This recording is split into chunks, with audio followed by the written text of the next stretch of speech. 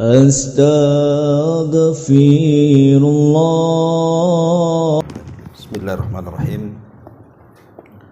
Assalamualaikum warahmatullahi wabarakatuh. Alhamdulillah wassalatu wassalamu ala Rasulillah wa ala alihi wa sahbihi wa mawalah wa la hawla wa la quwata illa billahi wa ba'du. Alhamdulillah, segala puja dan puji hanya milik Allah subhanahu wa ta'ala. Salawat dan juga salam kita hadiahkan kepada Rasul kita Nabi besar Muhammad sallallahu alaihi wa ala alihi wasallam. Ma'asyiral muslimin wal muslimat rahimakumullah. Biasa kita mengkaji tafsir dari surah-surah pendek dalam juz amma. Tapi malam ini kajian kita buat tematik karena bulan ini sudah masuk bulan Rabiul Awal. Artinya bulan Rabiul Awal ini banyak sejarah. Dari sejarah-sejarah Nabi kita yang mulia alaihi salatu wassalam, mulai dari kelahiran beliau, hijrah beliau sampai wafat beliau, itu semua terjadi di bulan Rabiul Awal. Tapi yang saya ingin jelaskan malam ini bukan bicara soal sejarah tentang kelahiran sampai wafat beliau terlalu lama.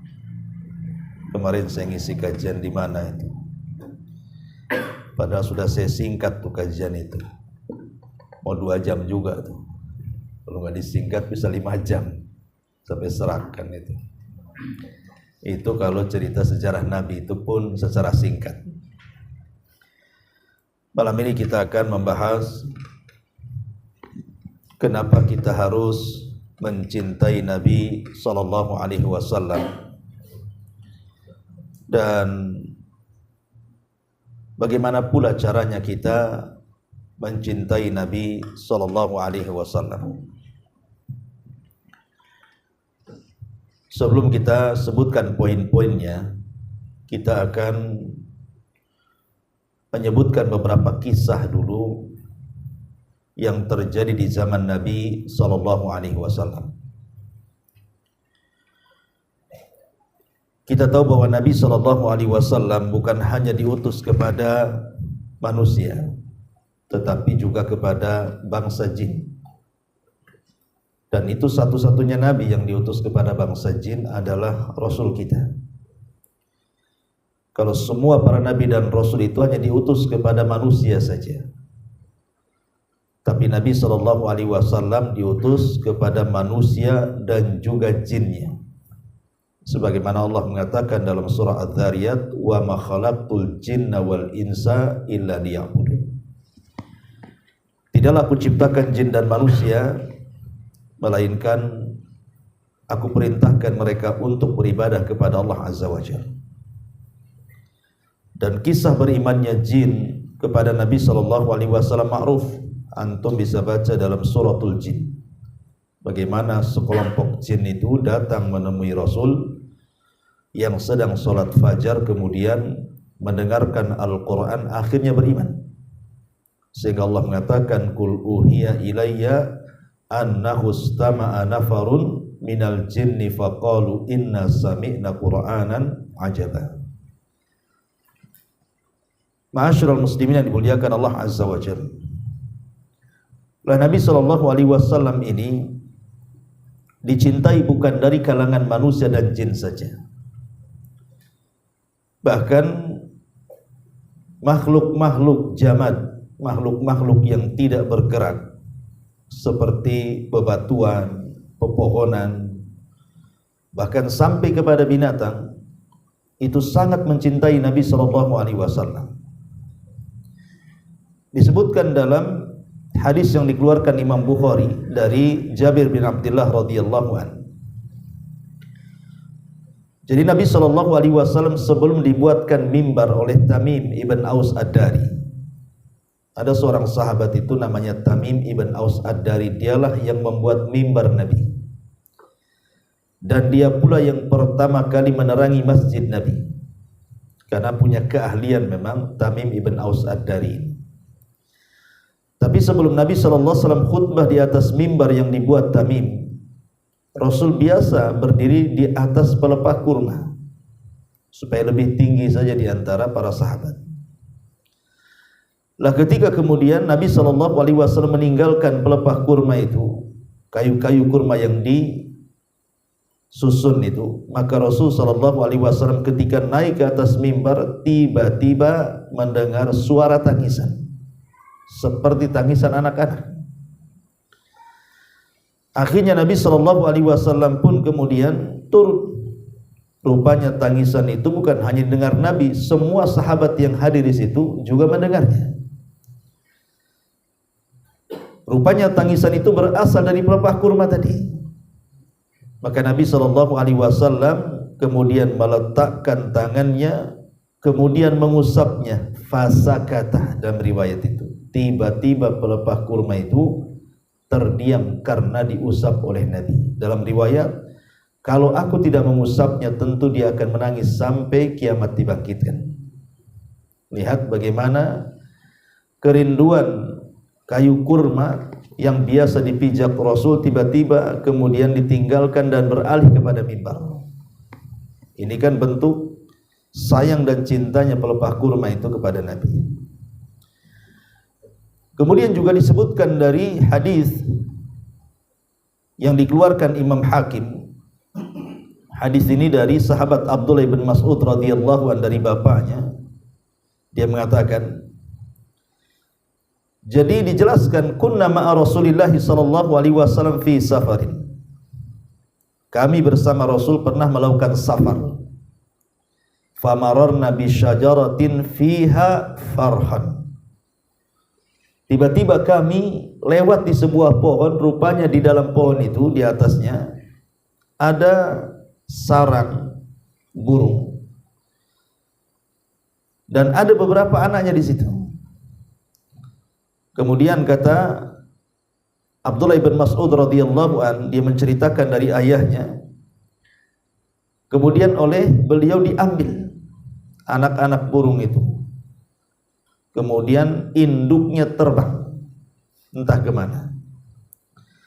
Setelah kemudian anak-anak burung itu diambil, maka induk burungnya datang, kemudian berputar-putar di sekitar pohon itu mencari anak-anaknya. Sampailah kemudian burung itu nampak oleh Nabi SAW dan terbang di sekitar Nabi SAW. Maka Nabi SAW mengatakan, man faja'a hadhihi biwaladiha, siapa yang menyakiti induk burung ini dengan mengambil anaknya. Rasul ngomong di atas sahabat, siapa yang ambil anak burung ini? Ya, seolah-olah induk burung itu mengadu kepada Nabi SAW. Maka Nabi SAW mengatakan, farudduhuma, kembalikanlah dua anak burung itu ke sangkarnya. Lihat bagaimana Nabi SAW punya perhatian kepada burung kan. Karena burung juga seolah-olah mengisyaratkan kepada Rasul bahwa dia kehilangan anaknya. Kalau burung saja tahu harus mengadu kepada siapa, harusnya manusia lebih paham mengadu kepada siapa. Ini kisah yang kedua. Kisah yang ketiga, kisah ini juga disebutkan oleh Imam Ahmad di dalam musnadnya dan disahihkan oleh Syekh Syu'aib Al-Arnaud rahimahullahu ta'ala, dan hadis ini secara sanad ala syarti Muslim dari Abdullah ibn Ja'far radhiyallahu anhu. Jadi Abdullah ibn Ja'far dia mengatakan, ardafani Rasulullah sallallahu alaihi wasallam dzata yaumin. Satu hari Nabi sallallahu alaihi wasallam memboncengku. Dan ini bentuk tawadhu Nabi sallallahu alaihi wasallam membonceng para sahabat. Kemudian Nabi SAW masuk ke beberapa gang dari gang-gang kota Madinah. Ketika Nabi SAW sedang jalan-jalan masuk ke gang sini, ke gang sana, rupanya ada seekor unta melihat Nabi SAW. Dikejarnya unta itu mengejar Rasul. Tiba-tiba kemudian menghadang Nabi SAW dari depan. Kemudian dia pun langsung tersungkur sujud. Entah kemudian apa, Nabi SAW melihat ada tangisan dari kedua mata unta itu. Rasul turun, kemudian mengusap kedua matanya.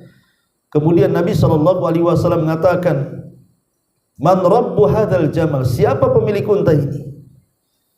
Fajafatan minal ansar. Tiba-tiba datanglah anak muda dari anak-anak muda Ansar. Kemudian dia mengatakan, "Ana ya Rasulullah." Unta itu milik saya wahai Rasul. Maka Nabi SAW marah dan mengatakan, "Afala tattaqillah fi hadhil bahimati allati malakakallahu iyyaha fa innahu syaka ilayya wa za'ama annaka tuji'uhu wa tu'dhinuhu wa tudliluhu." Maka Rasul mengatakan, bertakwalah engkau kepada Allah Subhanahu wa ta'ala yang telah menguasakan unta ini kepadamu.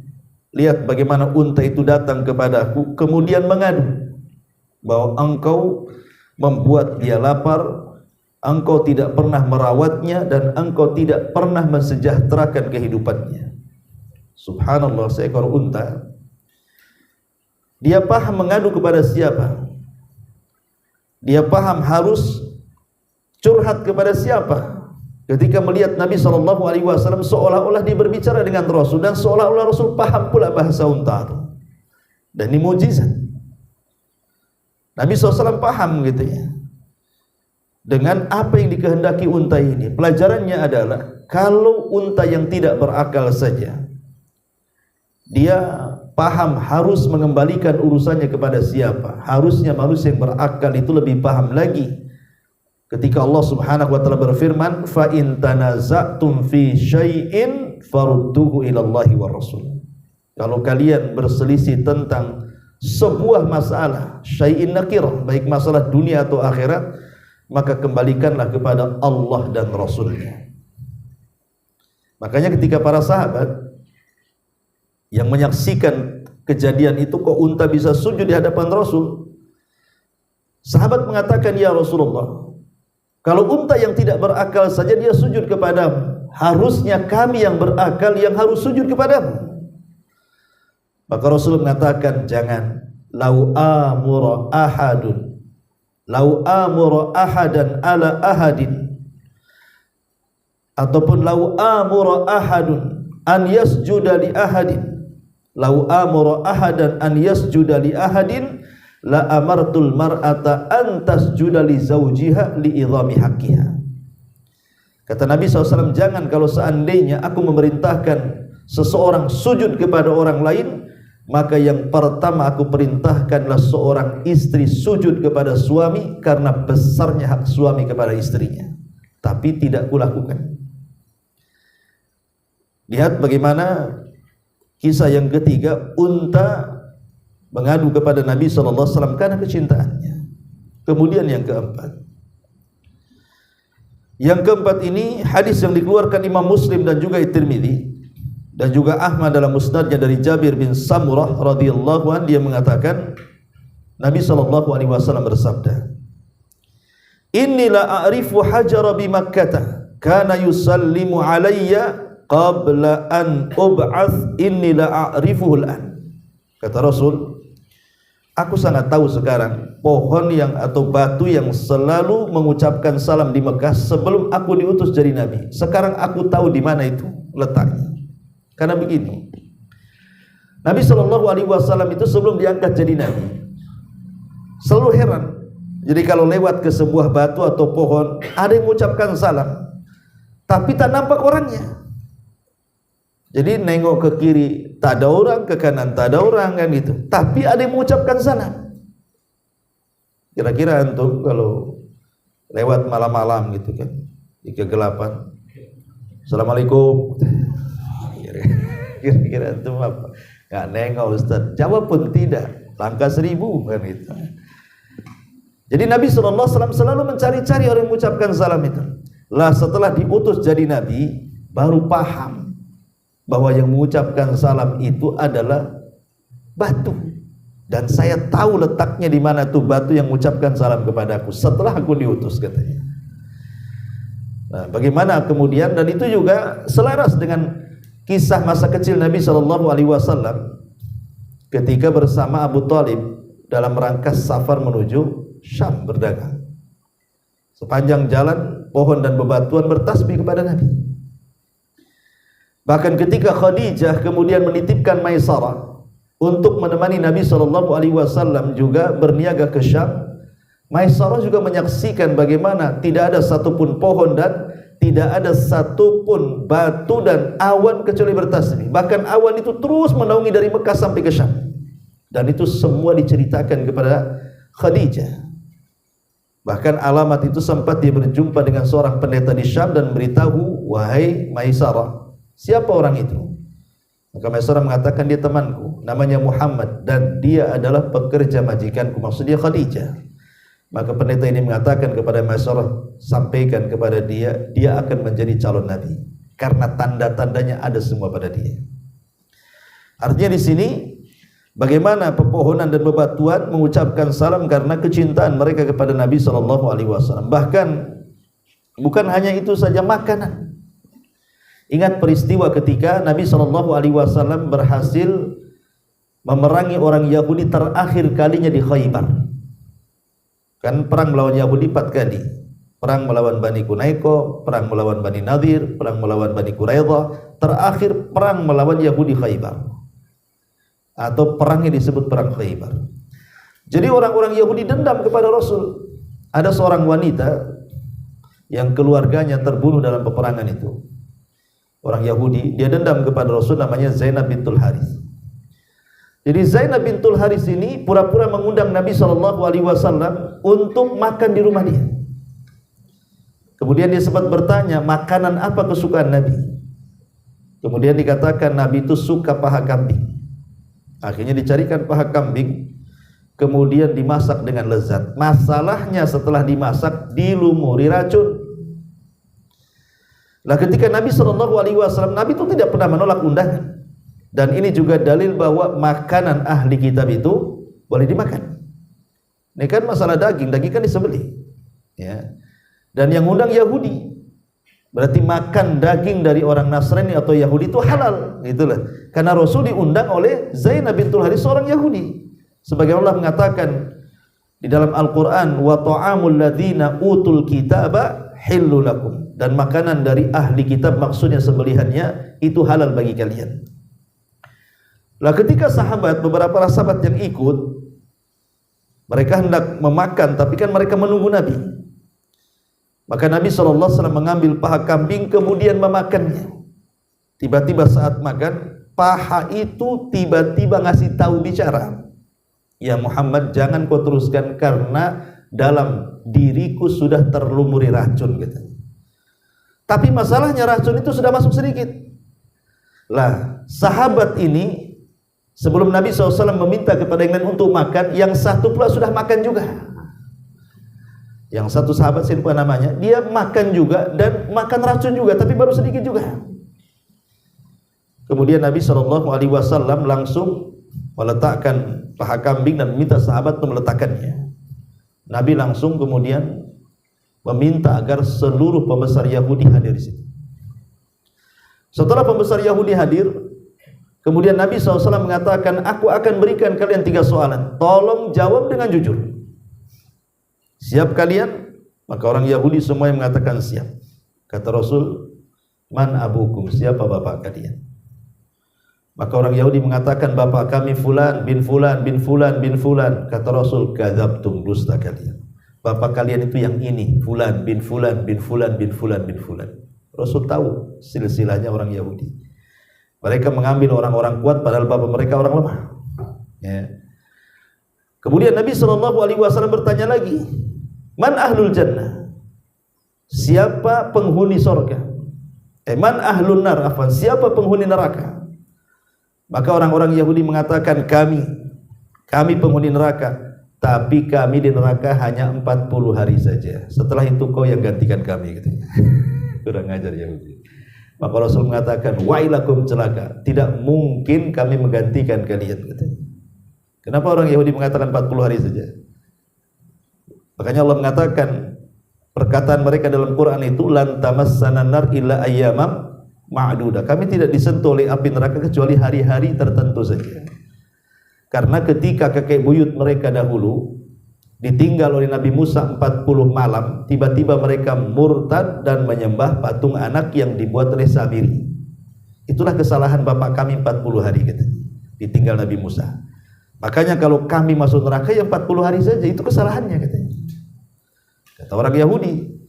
Maka Rasul mengatakan, kadzabtum, dusta kalian. Bahkan kalian tidak akan pernah keluar dari neraka.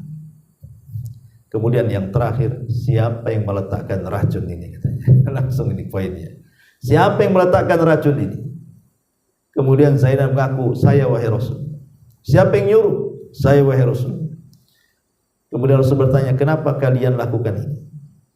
Maka mereka mengatakan, kalau engkau memang seorang raja dan bukan nabi, pasti engkau akan mati dengan racun itu, maka kami akan istirahat denganmu. Tapi kalau engkau seorang nabi, kau tidak akan mati dengan racun itu. Nabi SAW tidak menghukum Zainab yang meletakkan racun. Karena dalam riwayat ada yang mengatakan Zainab masuk Islam setelahnya, tapi ada yang mengatakan tidak. Tapi setahun setelahnya Rasul menyuruh untuk membunuhnya. Kenapa? Bukan karena dia diracun, tidak. Karena sahabat yang ikut makan racun setahun setelahnya mati. Berarti kisos, karena sudah membunuh, kan? Jadi Rasul menyuruh membunuh wanita itu sebab sahabatnya yang mati setahun setelahnya. Tapi Nabi SAW memiliki fisik yang kuat, racun itu tidak ada masalah bagi Nabi. Baru terasa racun itu setelah bertahun-tahun lamanya. Baru terasa yang mengakibatkan penyakit demam, itulah menyebabkan kematiannya. Ma'asyiral muslimin wal muslimat rahimakumullah. Ini lihat bagaimana paha kambing itu memberitahu kepada Rasul sallallahu alaihi wasallam karena cintanya, ya. Kemudian juga disebutkan dalam riwayat Imam Hakim dari Muhammad al-Munkadir, Muhammad ibn Munkadir. Jadi ada seorang sahabat namanya Safinah. Safinah itu dulunya budak yang dimerdekakan Nabi. Makanya Safinah maula Rasulullah sallallahu alaihi wasallam. Jadi Safinah ini menceritakan, dulu aku pernah menyeberangi sebuah lautan dengan perahu. Tiba-tiba kemudian perahuku fangkas sorot pecah. Akhirnya kemudian aku berusaha menyelamatkan dengan kayu-kayu sisa itu dan berhasil kemudian ke pinggir lautan. Rupanya di depanku ada hutan belantara. Akhirnya dengan rasa takut, tiba-tiba dia masuk ke hutan belantara. Di tengah jalan dihadang harimau. Ada harimau yang menghadang dia. Bayangkan si raja hutan, kan, datang menemui Safinah maula Nabi SAW. Ada singa, ya, atau harimau. Maka tiba-tiba kemudian Safinah ini dengan ketakutannya dia mengatakan, ya Abul Harith, ana maula Rasulullah sallallahu alaihi wasallam. Wahai Abul Harith, maksudnya seolah kuliahkan kepada singa yang menghadangnya. Hei Abul Harith, katanya, aku ini pembantu Nabi, kau jangan makan aku. Tiba-tiba singa ini fataqta'a ra'sahu, tiba-tiba ngangguk-ngangguk pula singa itu, kayak paham, ya. Yang lebih hebat lagi adalah kemudian dia mengisyaratkan agar dia naik di punggungnya, kemudian dia pun naik, kemudian diantar jalan pulangnya, sampai akhirnya dia pun tidak tersesat jalan. Bayangkan singa yang luar biasa. Hadis ini disahihkan juga oleh Al-Imam Al-Zahabi rahimahullahu ta'ala. Lihat, singa saja sangat menghargai Nabi, padahal hanya disebut namanya, saya adalah pembantu Nabi. Kira-kira kalau antum ketemu singa, ngomong apa ya? Ya, saya umat Nabi. Umat Nabi apa? Buat bid'ah jari-jari. Masyarul muslimin yang dimuliakan Allah Azza wa Jalla. Jadi itu contoh-contoh, ya, contoh-contoh dari binatang-binatang yang tidak, makhluk yang tidak berakal, kemudian makhluk yang sifatnya jamad seperti pohon dan batu, mereka mengagungkan Nabi sallallahu alaihi wasallam. Kita masuk kepada kisah-kisahnya manusia sekarang. Tentu dimulai daripada para sahabat Nabi, karena kita tahu bahwa tidak ada sejarah satu generasi yang sangat mencintai nabinya melebihi para sahabat. Sampai Urwah itu menceritakan, kalau Rasul meludah ditangkap oleh para sahabat, kemudian ludahnya digosokkan ke badannya, tabarruk, untuk mencari berkah. Kalau Nabi sallallahu alaihi wasallam, beliau bercukur rambut, itu rambutnya berebut, ya, karena menyimpan rambut Rasul itu berkah. Kalau Nabi sallallahu alaihi wasallam berwudu, itu hampir perang mengambil sisa air wudunya. Itu pengakuan Urwah. Ini menunjukkan bahwa tidak ada satu kaum yang memuliakan pimpinannya, karena Urwah mengatakan, aku juga pernah datang ke Persia, aku pernah datang ke Romawi. Rakyat mereka biasa saja mengagungkan Raja Persia atau Romawi, tidak seperti para sahabat mengagungkan Nabi sallallahu alaihi wasallam, luar biasa.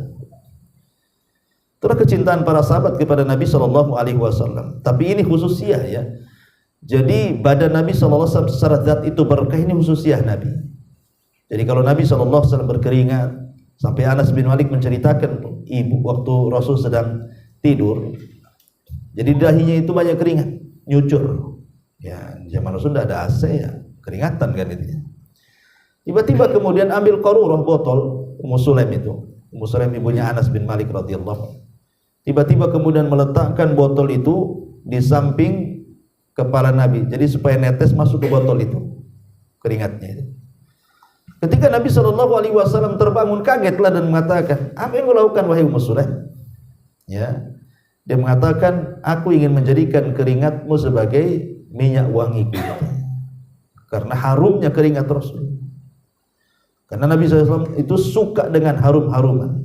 Rasul suka dengan harum-haruman, suka dengan manis-manisan, dan suka menggunakan pakaian berwarna putih. Itu Nabi. Ya, kalau kita melihat kitab Sama'il Muhammadiyah itu seperti dijelaskan. Nah, makanya dari kejauhan saja Nabi SAW itu sudah tercium baunya, karena sangat harum sekali. Kalau antum tak tahu bau apa yang keluar, ya. Taib. Dikisahkan dalam sebuah hadis yang dikeluarkan Imam Muslim, dari Rabi'ah bin Ka'b radhiyallahu anhu. Rabi'ah bin Ka'b ini sering saya ceritakan, usianya baru 10 tahun. Tetapi Rabi'ah ini luar biasa mencintai Nabi sallallahu alaihi wasallam, walaupun usia 10 tahun itu kan belum balik, ikhwan. Baliknya laki-laki kan 15 tahun. Ya. Jadi kalau malam-malam itu dia jarang tidur. Dan dia suka tidur tidak, kalaupun harus tidur tidak jauh dari pintu rumah Nabi sallallahu alaihi wasallam. Khawatir kalau Nabi bangun malam-malam butuh dia, tinggal manggil aja gitu maksudnya. Jadi kalau Nabi SAW butuh malam-malam nih, butuh air wudu, maka dia ambilkan, butuh sendal, maka dia ambilkan, butuh siwak, dia ambilkan. Pokoknya setiap malam Rabi'ah ini Ibn Ka'ab radhiyallahu anhu selalu menyediakan hajatnya Nabi sallallahu alaihi wasallam. Lah Nabi itu tidak pernah melupakan kebaikan orang, pasti Rasul akan membalasnya. Sehingga dia memanggil Rabi'ah, wahai Rabi'ah, kau sudah banyak membantuku. Kalau begitu mintalah sesuatu kepadaku, aku akan beri. Maka Rabi'ah terdiam. Akhirnya tiba-tiba dia mengatakan, mungkin bagi dia biasa, tapi bagi kita luar biasa jawabannya. Dia mengatakan, ya Rasulullah, inni uridu ma'aka fil jannah. Rasul, aku hanya ingin menjadi temanmu di sorga. Anak 10 tahun ngomong seperti itu, ya Rasul, aku hanya ingin menjadi temanmu di sorga.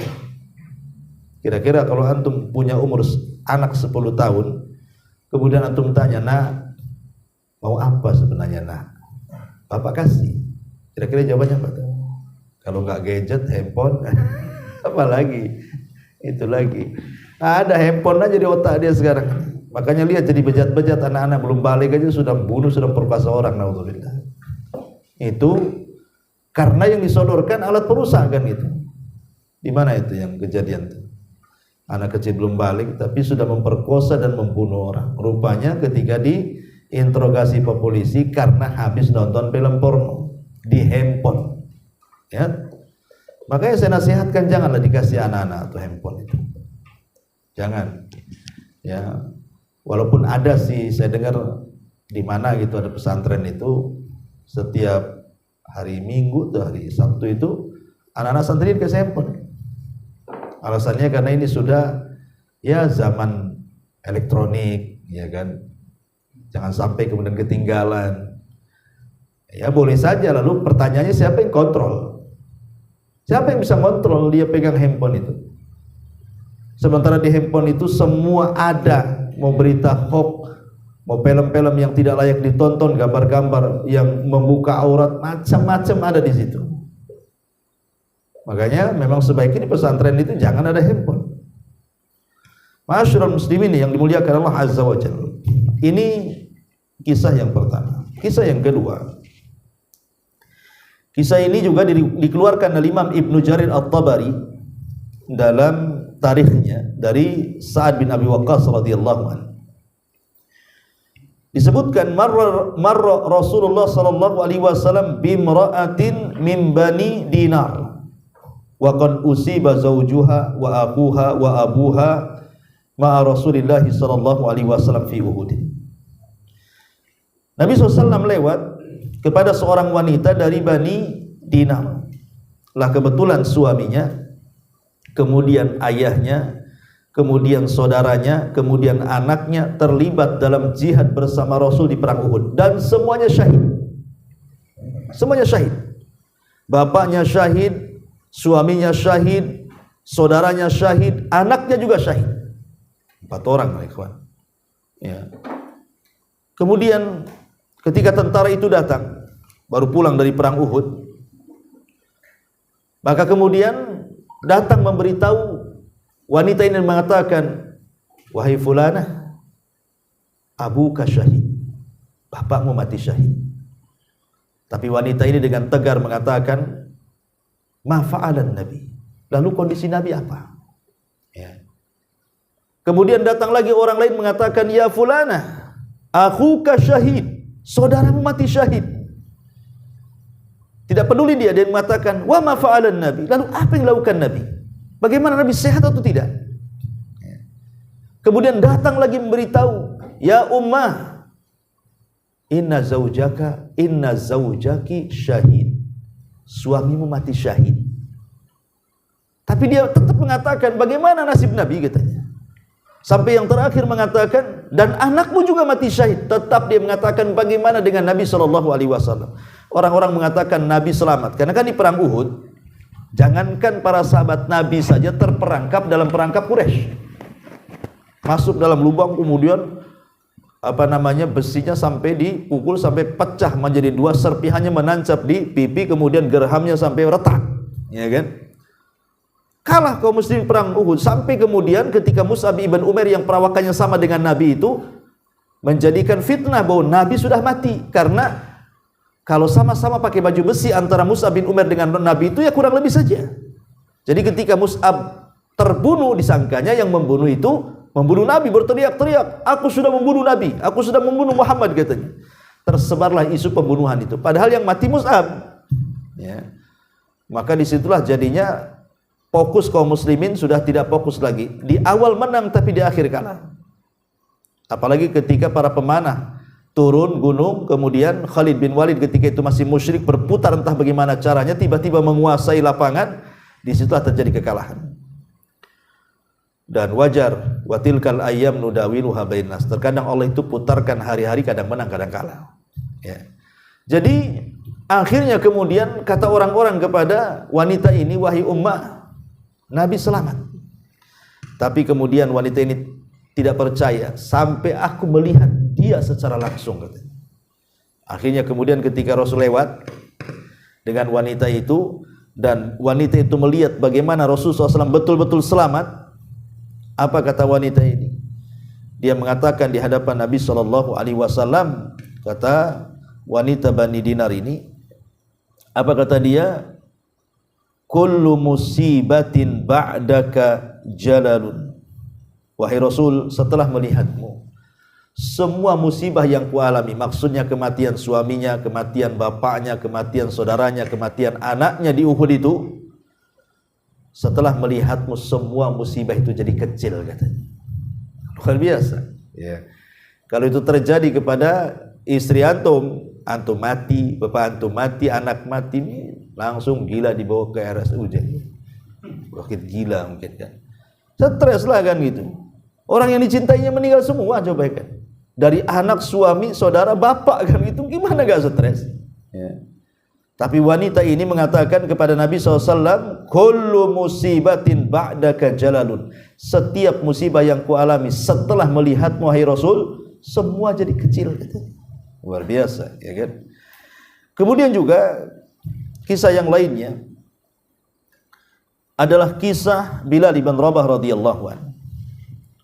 Ma'ruf Bilal bin Rabah, budak yang dimerdekakan Abu Bakar Siddiq radhiyallahu anhu. Dan saat kematian Nabi SAW, Bilal sempat menjadi azan di Masjid Nabawi, tapi tidak tahan. Setiap sampai kepada lafaz asyhadu anna Muhammadar Rasulullah, terdiam kemudian nangis, sehingga dia tidak bisa melanjutkan azannya. Akhirnya karena dia selalu teringat Rasul, dia datang kepada Abu Bakar yang sudah jadi khalifah ketika itu. Wahai Abu Bakar, aku ingin resign jadi muadzin, katanya. Resign jadi muadzin. Ya. Bukan karena kurang gaji, kalau antum kan resign kurang gaji. Jadi karena tidak tahan kalau menyebut nama Muhammad itu selalu menangis. Akhirnya Abu Bakar mengatakan, jangan, kau tetap harus jadi muadzin, karena aku yang memerdekakan kamu. Maka Bilal mengatakan, ya Abu Bakar, kalau engkau memerdekakan diriku karena dirimu, bukan karena Allah ya, karena dirimu, aku siap kau perintahkan. Tetapi kalau engkau merdekakan aku karena Allah, biarkan aku resign jadi muadzin. Kata Abu Bakar, tidak, aku merdekakan kamu karena Allah.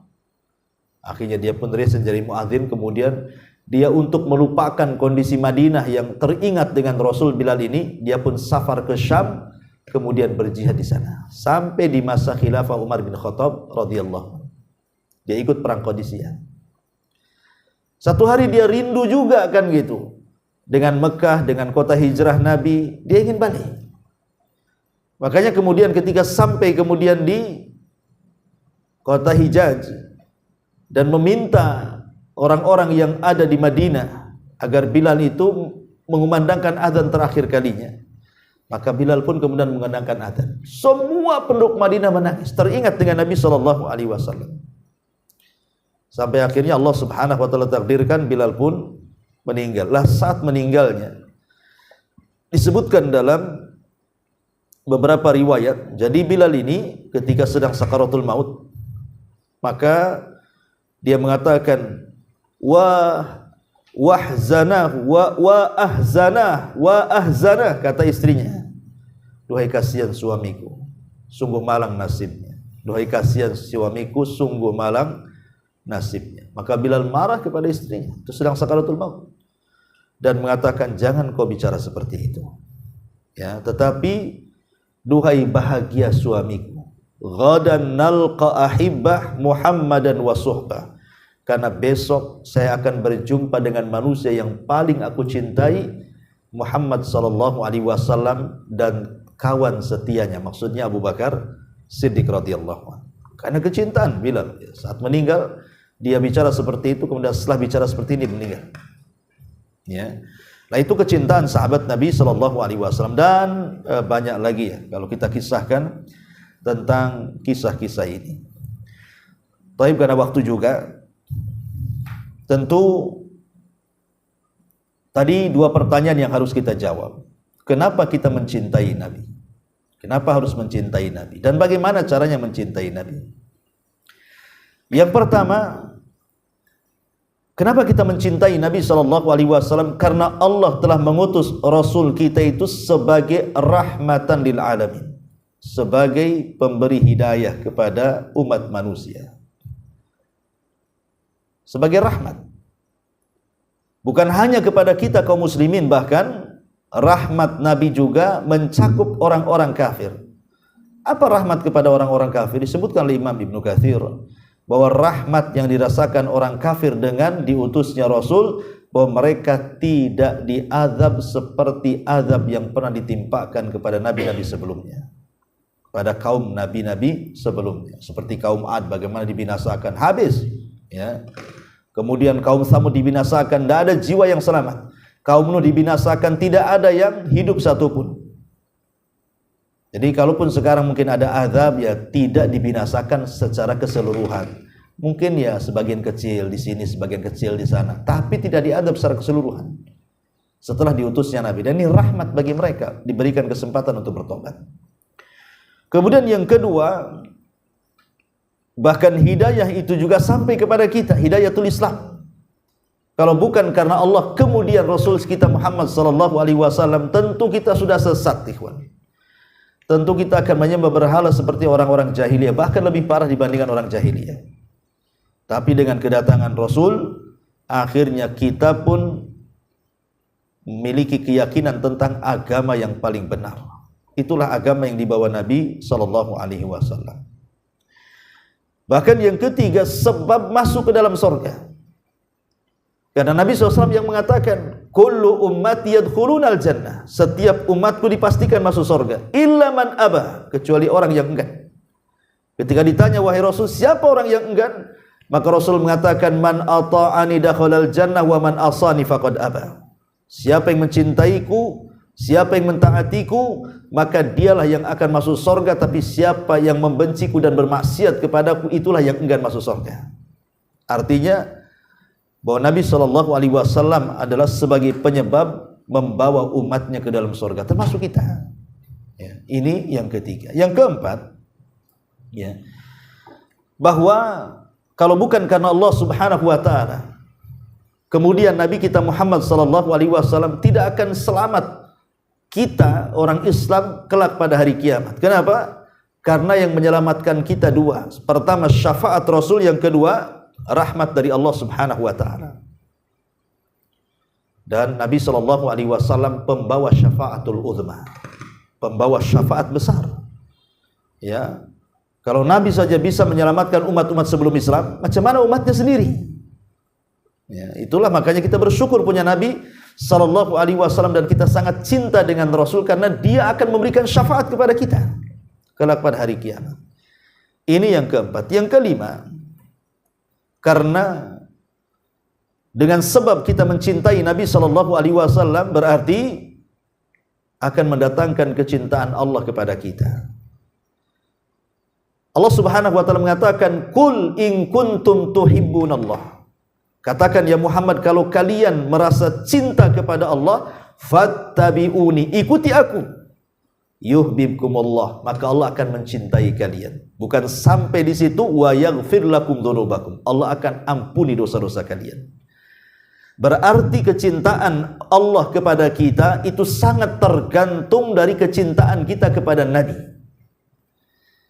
Kalau kita cinta dengan Nabi, berarti Allah cinta dengan kita. Kalau kita benci dengan Nabi, berarti Allah benci dengan kita. Dan hadis yang ma'ruf, kalau Allah sudah cinta dengan hambanya, apa yang terjadi? Dia panggil Jibril. Jibril, aku cinta dengan si A, maka aku harus cinta juga.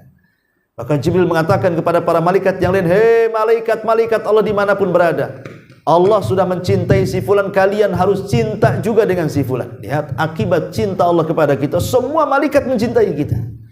Bahkan makhluk yang ada di bumi pun ditanamkan kecintaan kepada kita. Ini yang kelima. Kemudian yang keenam, bahwa kenapa kita harus mencintai Nabi SAW? Karena Nabi SAW sudah mengajarkan kepada kita apa yang maslahat untuk kita dan apa yang madarat untuk kita dalam kehidupan dunia ini. Kata Abi Dzar Al-Ghifari, tidak ada satupun burung yang mengepak di langit kecuali Nabi sudah menjelaskan pengetahuannya. Tidak ada jalan yang mendekatkan kita ke surga kecuali Rasul sudah menjelaskannya. Tidak ada perkara yang menjauhkan kita dari neraka kecuali Rasul sudah melarangnya, sudah menghindarkannya dari kita. Artinya sudah lengkap ajaran Allah yang dibawa Nabi SAW untuk kemaslahatan kita. Kalau tidak ada agama Islam, jiwa kita terancam, akal kita terancam, harta kita terancam, keturunan kita terancam, kehormatan kita terancam. 5 perkara terancam dalam kehidupan kita kalau tidak ada Islam yang dibawa Nabi. Karena Islam itu menjaga keyakinan. Yang tadinya menyembah berhala jadi menyembah Allah. Dengan Islam itu terjaga pula keturunan. Disuruhnya menikah, tidak boleh berzina, haram berzina. ya, supaya turunannya bagus. Kemudian dengan adanya Islam terjaga pula hak harta manusia, tidak boleh diambil, kalau enggak potong dalam Islam itu tangannya yang mencuri-curi itu. Kemudian terjaga juga jiwa kita, karena siapa yang membunuh dia harus dibunuh. Dan juga terjaga kehormatan kita, karena Islam sangat melarang, tidak boleh menggibah, tidak boleh melaknat, tidak boleh merendahkan, tidak boleh menghina, dan begitu seterusnya. Lihat, begitu indahnya ajaran yang dibawa Nabi SAW Islam kepada kita, ya wajar kita harus mencintai Nabi. Ya, itulah kenapa kita harus mencintai Nabi. Ya, masih banyak, kita singkat saja sampai di sini.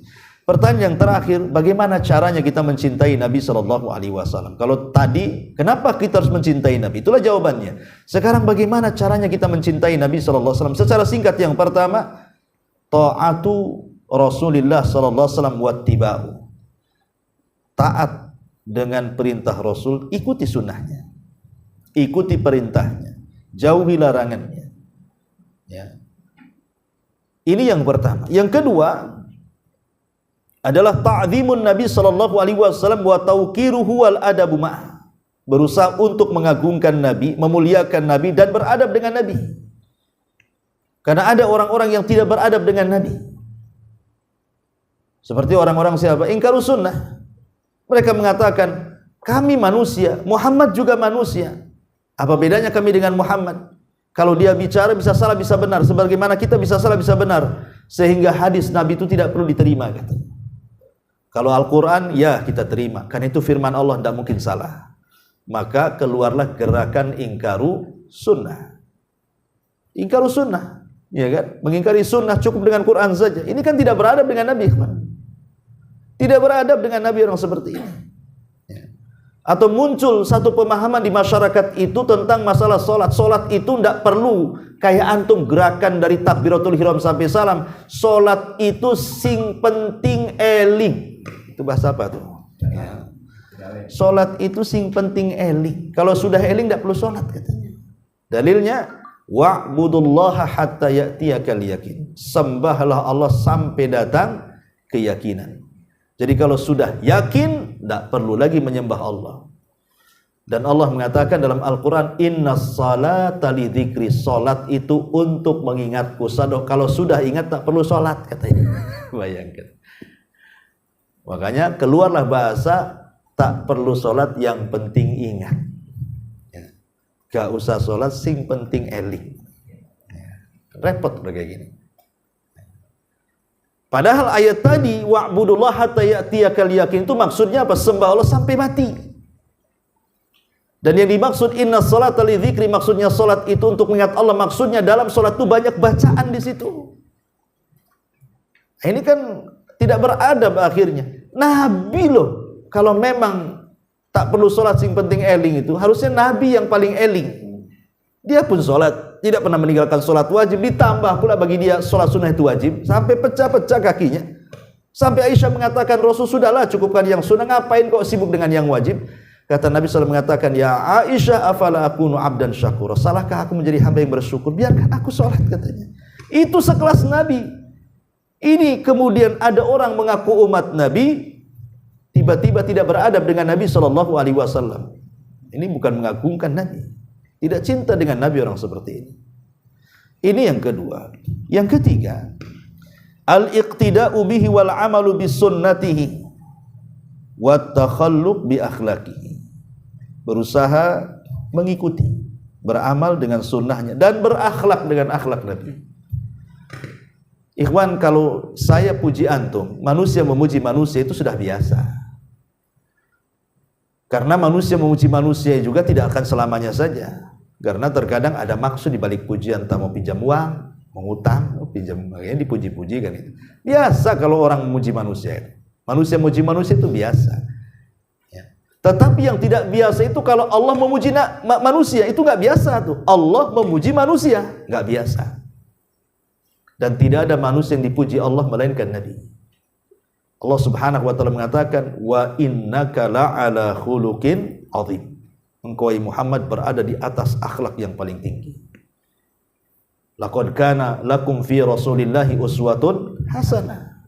Sungguh ada pada jati diri Nabi itu suri teladan yang indah. yang patut ditiru. Maka tirulah Nabi SAW dalam setiap perkara beliau. Apakah itu terkait dengan ibadah, apakah terkait dengan muamalah, maka ikut Nabi. Kata Rasul, sallu kama ra'aitumuni usolli, solatlah sebagaimana kalian melihat aku solat, maka solatlah seperti solat Nabi. Ketika Nabi SAW mengatakan, khudhu anni manasikakum, ambillah manasik haji kalian dari aku, maka hajilah seperti cara Nabi. Ketika Utsman radhiyallahu anhu mengatakan, beginilah cara wudu Nabi SAW, kemudian dipraktikkan, maka berwudulah seperti Utsman mengatakan, beginilah cara wudu Nabi. Jadi harus ikut sunnah. Nggak bisa kita nggak ikut sunnah. Kadang ada seorang ikhwan cerita itu, Ustaz, saya pernah mendakwai ayah saya, katanya. Ayah saya itu belum hijrah. Ya, dia masih ikut agama nenek moyang lah. Jadi saya ajari, ya kalau wudu itu begini, katanya. Begini, begini, begini. Marah ayah saya, Ustaz. Dibilangnya saya sesat, katanya. Dibilangnya saya yang sesat, katanya. Apa kata ayah, katanya? Dari dulu nak, kakek buyutmu itu ya seperti ini wudunya. Kok kamu datang aneh sendiri, katanya. Bayangkan. Itulah kadang-kadang suatu pindah. Mendawi orang tua itu memang ujian bagi kita kan. Ya, terkadang menerima, terkadang tidak kan. Itulah harus kesabarannya kita kepada orang tua. Karena kebanyakan mereka itu mengamalkan ibadah itu memang turun-temurun, ikut nenek moyang kan gitu. Islamnya Islam turunan. Ya, sebenarnya Islam turunan sebuah hidayah sebenarnya, tapi jangan kemudian dipatokkan kepada Islam turunan. Kalau bisa, kayak kita ini memang bapak kita Islam, berarti kita turunan kan gitu. Kalau bisa bukan hanya sekedar turunan, pelajari lagi Islam itu, supaya betul-betul kita menguasai Islam. Kemudian juga yang keempat, kathratu dzikrihi sallallahu alaihi wasallam, memperbanyak menyebut Rasul, atau dengan kata lain bersolawat, memperbanyak solawat kepada Nabi sallallahu alaihi wasallam. Karena Rasul yang mengatakan, barang siapa yang bersolawat 1 kali kepada Rasul, berarti Allah akan bersolawat kepada kita berapa kali? 10 kali lipat. Ketika kita mengatakan Allahumma sholli ala Muhammad, berarti kita katakan, ya Allah pujilah nabiku Muhammad di atas makhluk yang di langit sana. Maka Allah akan memuji kita di hadapan makhluk di langit sana 10 kali lipat. Jadi nama kita akan disebut-sebut di hadapan Jibril, Mikail, Israfil, semua malaikat yang ada di langit. 1 kali solawat, Allah memuji kita 10 kali. 2 kali solawat, Allah memuji kita 20 kali di hadapan para malaikat. Luar biasa. Ya. Dan orang yang cinta itu tentu yang diingat, yang dicintainya. Kalau antum cinta sama perempuan, dulu waktu masih muda, kan pasti dia aja yang antum ingat tuh. Tengok pohon pisang, ingat dia, ya kan? Tengok tiang listrik, kebetulan warnanya hitam gitu kan. Pula dia kulit hitam, kok ingat dia pula kan gitu. Jadi kadang-kadang kalau kita logikakan bahwa setiap orang yang dicintai itu pasti akan gila dengan yang dicintainya. Ingat waktu saya kisahkan kepada antum tentang kisah Laila Majnun. Laila Majnun, ya, ingat kisahnya kan? Jadi ada seseorang yang sangat cinta dengan seorang wanita namanya Laila. Kalau malam senang dia, kalau siang dia benci. Karena bahasa Arab malam itu lailun, berarti pacar dia disebut-sebut malam hari. Lailun, malam hari kan itu.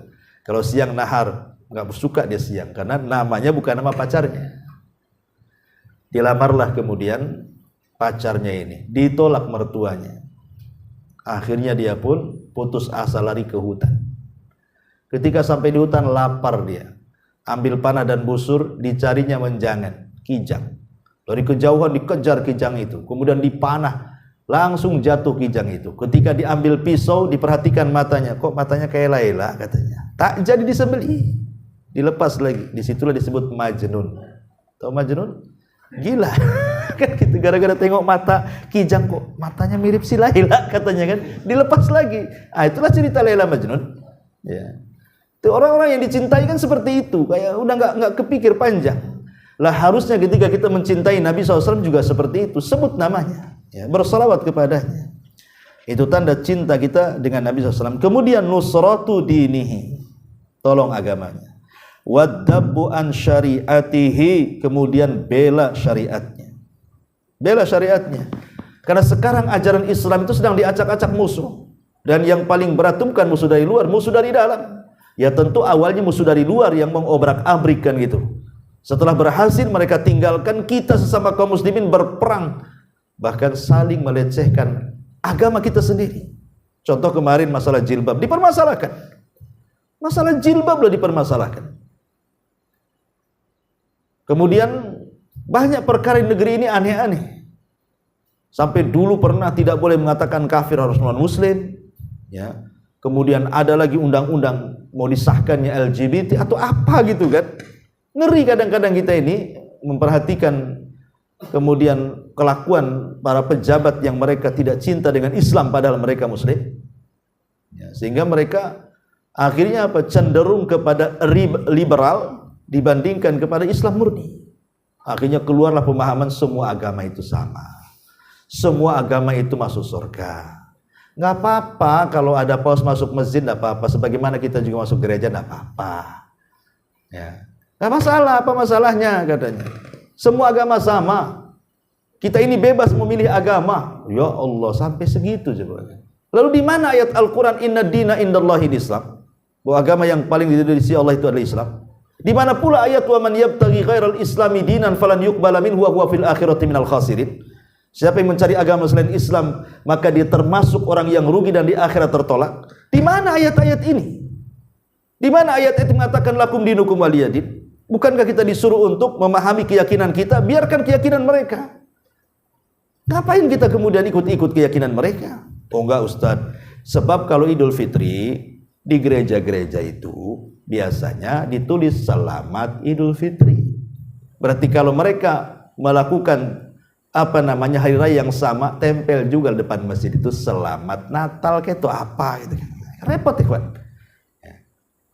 Anehnya ini yang melakukan itu ya kadang-kadang membela itu. Alasannya kebebasan. Ya Allah, tidak ada. Islam itu agama yang paling benar. Nggak boleh kepancing. Biarkan mereka membuat spanduk itu, kita tidak akan buat. Karena masalahnya di balik itu ada keyakinan yang menurut kita umat Islam tidak sesuai. Karena bagaimanapun ketika kita kemudian membenarkan keyakinan itu sama saja dengan menuhankan Isa Al-Masih kan gitu. Padahal kita mengatakan dia nabi bukan Tuhan. Jadi banyak nanti penyimpangannya di situ. Nah ini karena tadilah kurang untuk menolong agama Rasul dan syariat Rasul. Padahal tanda cinta itu adalah tolong agamanya. Ya. Kemudian bela syariatnya. Ini tidak. Ya. Malah merontokkan ajarannya dan membuat lemah syariatnya. Na'udzubillah. Kemudian juga yang seterusnya, kalau memang kita punya ya uang, kita bisa ziarah dalam rangka umroh, dalam rangka haji ke Masjid Nabawi. Ya, tentu tujuannya masjid dulu. Karena tidak boleh kita berziarah dalam rangka ibadah kecuali ketiga masjid. Masjidil Haram, Masjidil Aqsa, Masjid Nabawi. Baru setelah datang ke Masjid Nabawi, ya mungkin kalau ada waktu kita menziarahi kuburan Nabi. Ya, dengan adab-adabnya.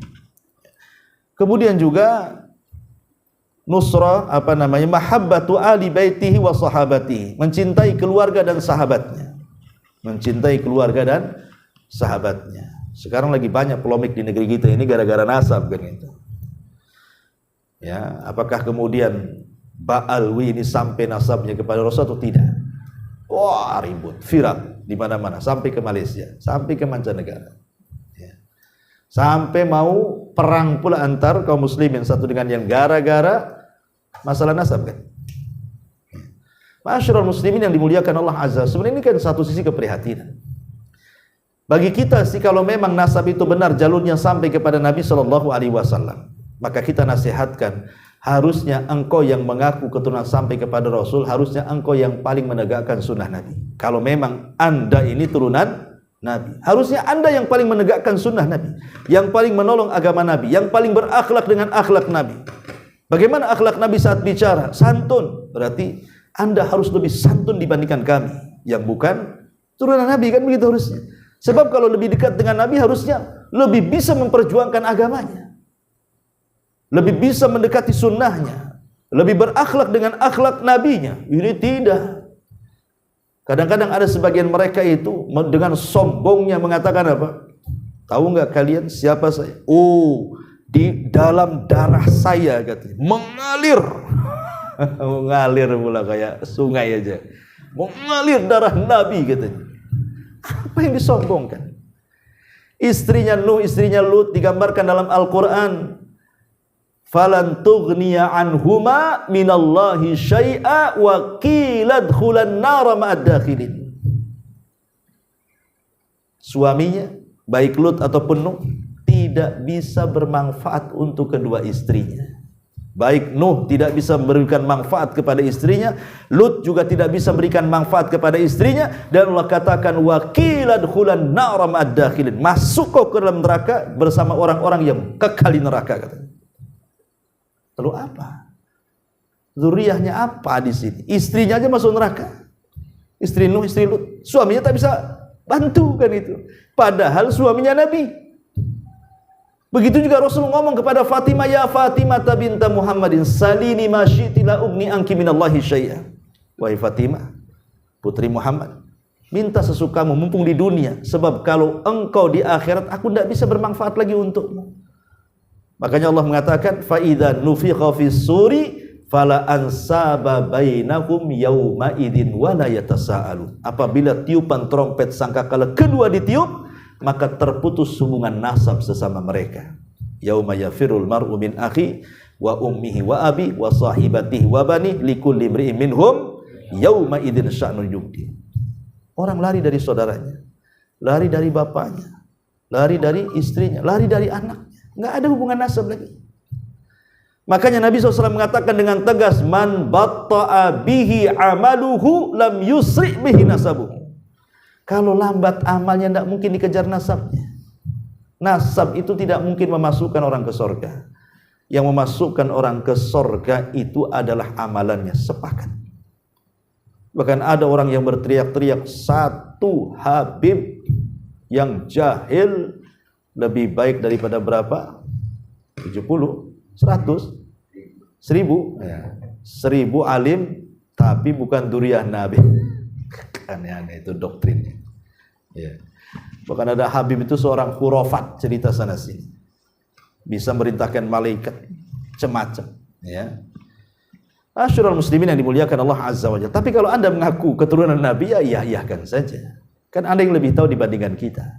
Nanti anda bertanggungjawabkan di hadapan Allah. Kalau memang anda benar, alhamdulillah. Tapi kalau anda dusta, ya tanggung sendiri kan begitu ya. Ya, kita kan tidak mungkin mendustakan pengakuan orang karena dia lebih paham dibandingkan kita. Tapi yang ingin saya katakan bahwa kalau memang mengaku cucu cicit Nabi itu, ya berakhlaklah dengan akhlak Nabi. Entah dari kata-katanya. Tapi kebanyakan mereka apa? Kebanyakan mereka datang ke kuburan, meminta-minta di kuburan kan. Bahkan ada sebagian mereka membuat kuburan pula. Membuat kuburan yang sebenarnya tidak ada wali dibuat sama dia. Kemudian ujung-ujungnya bisnis masalah infak kuburan kan itu. Paling cepat memang itu bisnis kuburan itu. Karena kalau yang menziarahi 3-14 itu kan, pasti itu banyak itu karungan dapatnya. Nah, ini kan apa maksudnya? Nah, sudah terlampau jauh lah seperti ini. Nah dari sini ma'asyiral muslimin yang dimuliakan Allah Azza wa Jalla, bahwa salah satu mencintai Rasul adalah perjuangkan agamanya, perjuangkan syariatnya. Kemudian juga mencintai keluarganya dan sahabat-sahabatnya. Termasuk juga mencintai apa yang dicintai Rasul, membenci apa yang dibenci Rasul. Dan kita harus lebih mencintai Rasul melebihi kecintaan kita kepada diri kita, kecintaan kita kepada istri kita, kecintaan kita kepada ayah bunda kita, bahkan kepada manusia-manusia yang kita cintai. Ya, wallahu a'lam. Ada WA Ustadz ditunggu di Tiban Center, ada rapat. Afwan, sampai di sini ada WA. Subhanallah bihamdika, asyhadu an la ilaha illa anta astaghfiruka wa atubu ilaik. Allahu ta'ala alam. Assalamualaikum warahmatullahi